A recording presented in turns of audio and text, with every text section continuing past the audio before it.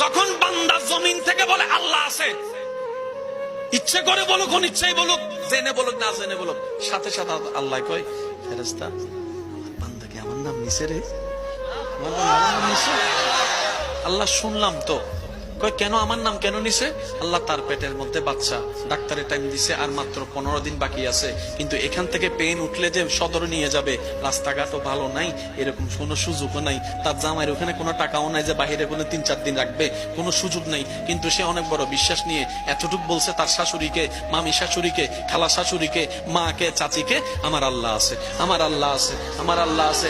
যে আল্লাহ পাক বলে আমার বান্দা যেহেতু আমার নাম নিয়েছে,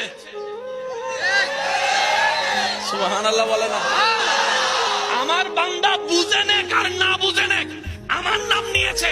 এবার কোরআনের সূরা তালাক আয়াত ডাক দিয়ে বলে, ওয়া মান ইয়াত্তাকিল্লাহ ইয়াজআল লাহু মাখরাজান, যে কোনো বিপদ আপদে ঈমান মজবুত রেখে আমার যে কোনো বান্দা আমি রবের নাম তাওয়াক্কুল করে যদি নেই, আমি আল্লাহ ওয়াদা করলাম, বিবেক বলবে বাঁচার রাস্তা নাই, এমন রাস্তা থেকে আমি তাকে পথ বের করে দিব। বলেন